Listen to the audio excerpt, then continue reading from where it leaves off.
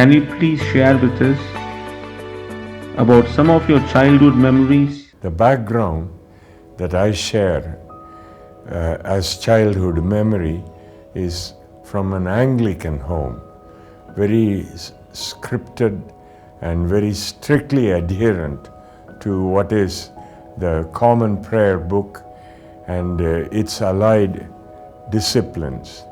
Every Sunday we had to memorize the gospel portion and the epistolary portion and also the collect for that Sunday. This was all very much the prayer book orientation.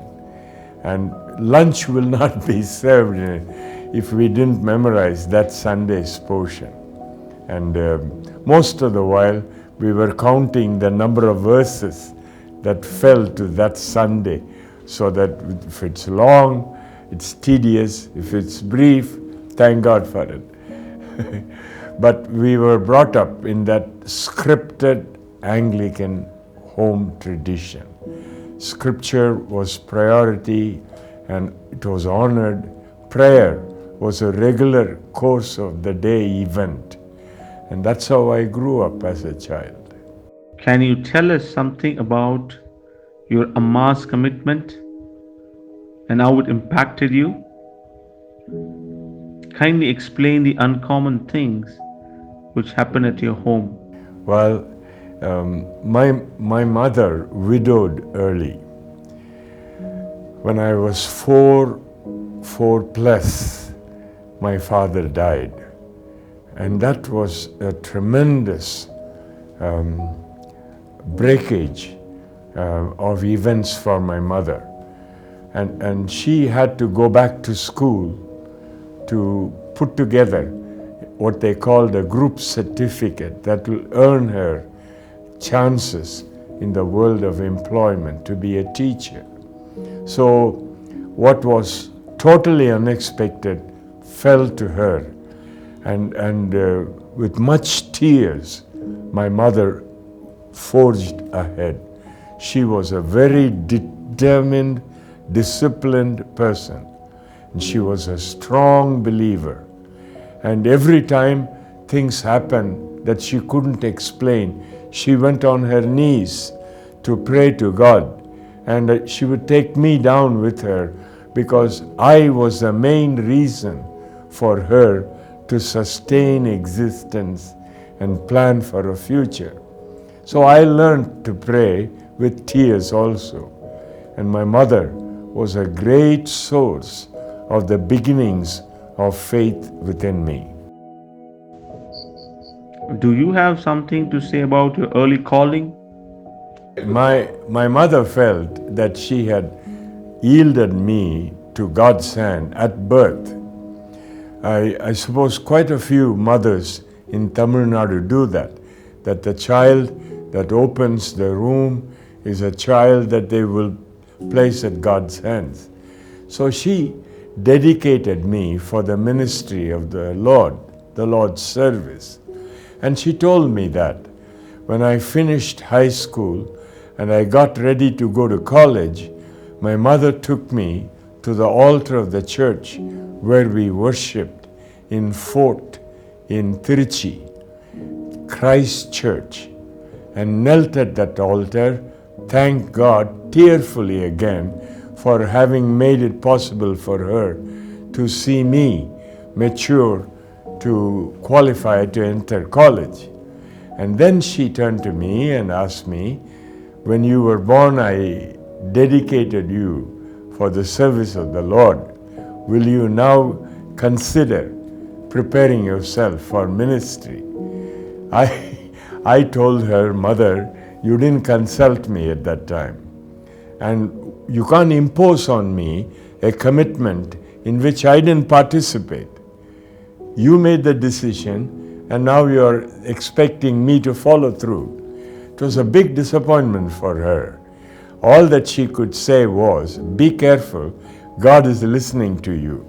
I didn't know a God personally like that who could listen to me. So I thought that I got away fairly easily from her, and went on to pursue my own interests in life. Please share something about teachers like Mr. Victor who taught you mathematics. Victor was a mathematics teacher at Bishop Heber High School.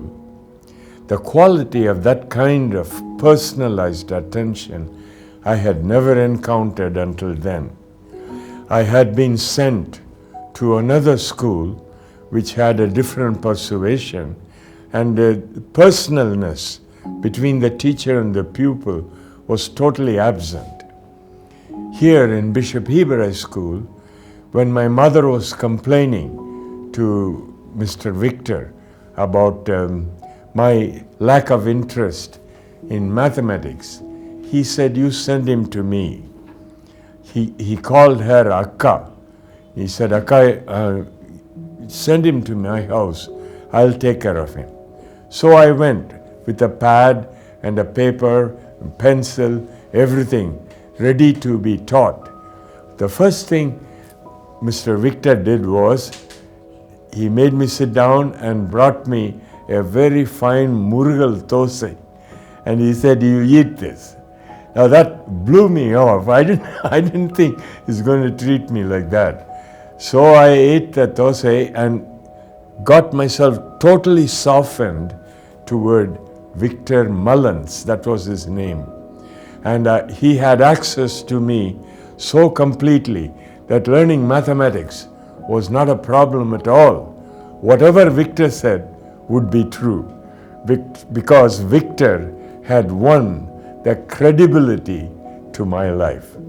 And so began a time in which I enjoyed whatever geometry papers I received. I cleared the paper very quickly. It was a very easy thing for me to do, and Victor was the cause. He was the hero. Tell us about your grandpa and his fascination for your knowledge of mathematics. Yes, he would ask me about my multiplication tables. You remember those days, we memorized all of that. And I was very proud in that I knew even 2 times 12 or 12 times 2. And I would say, "Tata, I learned today what is 12 times 2. And he would say, "Tell me, what is 12 times 2? I'll say very triumphantly, 24. And then he would say, "You're wonderful, you are a great learner." And then, not to leave me in my pride, he would say, "What is 14 times 2? Now my teacher did not take me to even 13 times 2. So 14 times 2 was beyond my capacity. Being confronted with something that I did not know, the only way I could escape was I would tell my grandfather, "Tata, there is nothing called 14 times 2. My ultimate knowledge ended where my teacher had taken me. Beyond that, there was nothing.